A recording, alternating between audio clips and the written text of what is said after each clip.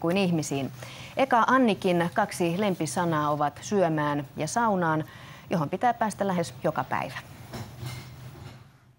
Sauna lämpiää taas päivittäiseen tapaan Tuija ja Jari Niittymäen pihalla Loimaan Piltolassa. Eka Annikki odottelee jo löylyihin pääsyä. Kun pariskunta kietaisee pyyhkeet ylleen, Eka herää välittömästi haaveistaan ja ponkaisee mukaan saunareissulle. Saunahullu kissa hyppää Niittymäkien väliin lauteille omalle pefletilleen. Talviaikaan saunoo kyllä joka päivä meitin kanssa, mutta kesällä sitten kun helleaika, niin saattaa pitää välipäivän. Mutta kyllä sanoisin semmoinen 250 kertaa vuodessa vähintään. Nauttii löylystä ja piehtaroi ja pesee itteensä. Lähinnä nauttii siitä lämmöstä.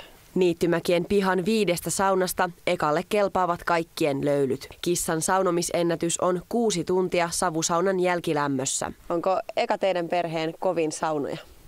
Ei se ihan meittiä kyllä vielä voita, mutta hyvä kakkonen. Pituusjärjestyksessä mennään siinäkin.